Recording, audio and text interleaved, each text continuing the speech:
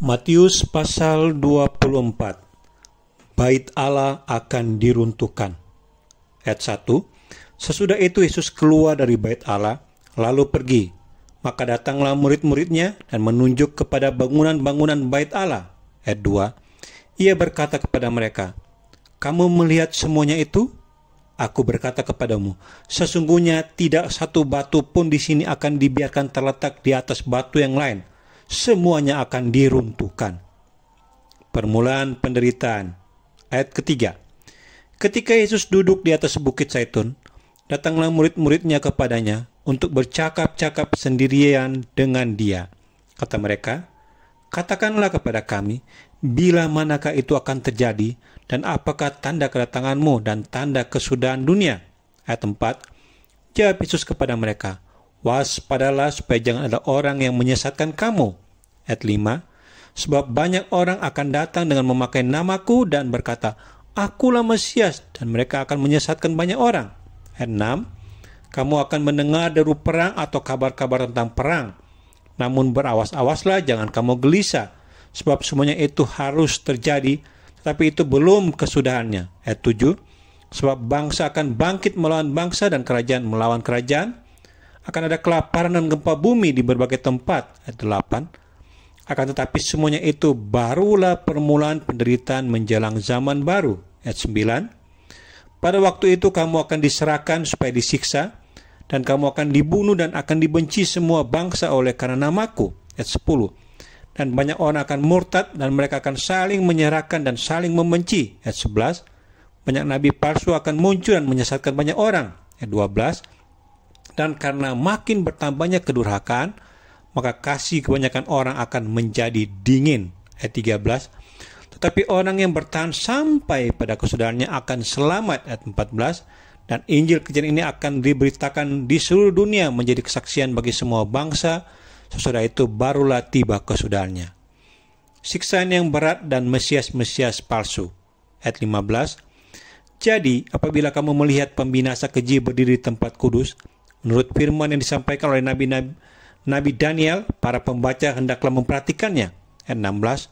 Maka orang-orang yang di Yudea haruslah melarikan diri ke pegunungan. Ayat 17.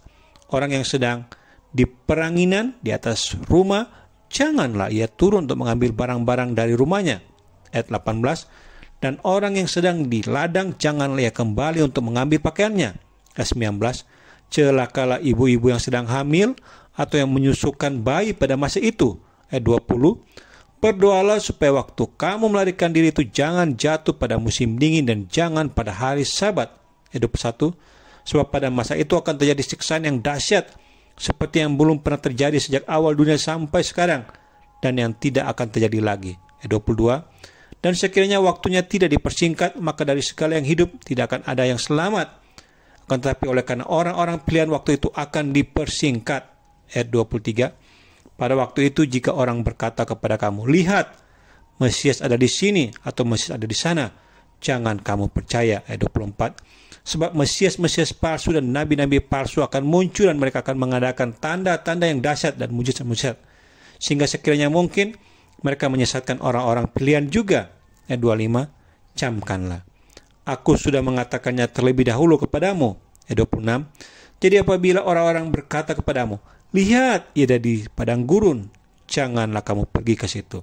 Atau "Lihat, ia ada dalam bilik," janganlah kamu percaya. Ayat 27. Sebab sama seperti kilat memancar dari seberang timur dan melontarkan cahayanya sampai ke barat, demikianlah pula kelak kedatangan Anak Manusia. Ayat 28. Di mana ada bangkai, di situ burung nasar berkerumun. Kedatangan Anak Manusia, perumpamaan tentang pohon ara.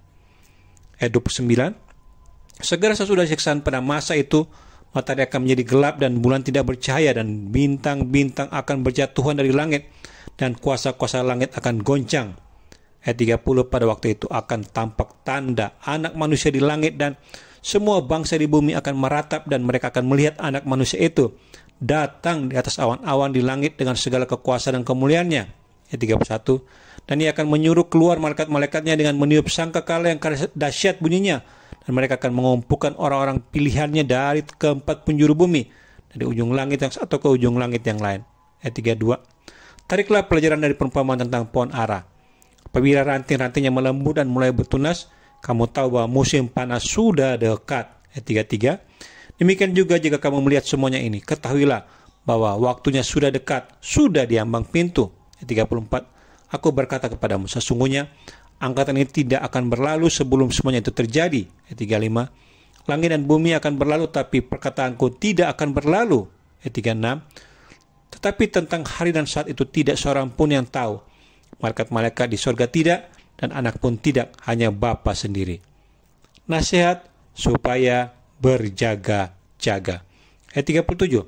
Sebab sebagaimana halnya pada zaman Nuh, demikian pula halnya kelak pada kedatangan anak manusia. Ayat 38. Sebab sebagaimana mereka pada zaman sebelum air bah itu makan dan minum, kawin dan mengawinkan, sampai kepada hari Nuh masuk ke dalam bahtera. Ayat 39. Dan mereka tidak tahu akan sesuatu sebelum air bah itu datang dan melenyapkan mereka semua. Demikian pula halnya kelak pada kedatangan anak manusia. Ayat 40. Pada waktu itu, kalau ada 2 orang di ladang, yang seorang akan dibawa dan yang lain akan ditinggalkan. Ayat 41. Kalau ada 2 orang perempuan sedang memutar batu kilangan, yang seorang akan dibawa dan yang akan ditinggalkan. Ayat 42. Karena itu berjaga-jagalah, sebab kamu tidak tahu pada hari mana Tuhanmu datang. Ayat 43. Tetapi ketahuilah ini, jika tuan rumah tahu bahwa pada waktu mana, pada malam hari pencuri akan datang, sudahlah pasti ia berjaga-jaga dan tidak akan membiarkan rumahnya dibongkar. Ayat 44. Sebab itu hendaklah kamu juga siap sedia, karena anak manusia datang pada saat yang tidak kamu duga. Perumpamaan tentang hamba yang setia dan hamba yang jahat. Ayat 45. Siapakah hamba yang setia dan bijaksana, yang diangkat oleh tuannya atas orang-orangnya untuk memberikan mereka makanan pada waktunya? 46. Berbahagialah hamba yang didapati tuannya melakukan tugasnya itu ketika tuannya itu datang. 47. Aku berkata kepadamu, sesungguhnya tuannya itu akan mengangkat dia menjadi pengawas segala miliknya. 48. Kan tetapi apabila hamba itu jahat dan berkata di dalam hatinya, 49, Tuanku tidak datang-datang, lalu ia mulai memukul hamba-hamba lain dan makan minum bersama-sama pemabuk-pemabuk. Ayat 50. Maka Tuhan hamba itu akan datang pada hari yang tidak disangkakannya dan pada saat yang tidak diketahuinya. Ayat 51. Dan akan membunuh dia dan membuat dia senasib dengan orang-orang munafik. Di sanalah akan terdapat ratapan dan kertakan gigi.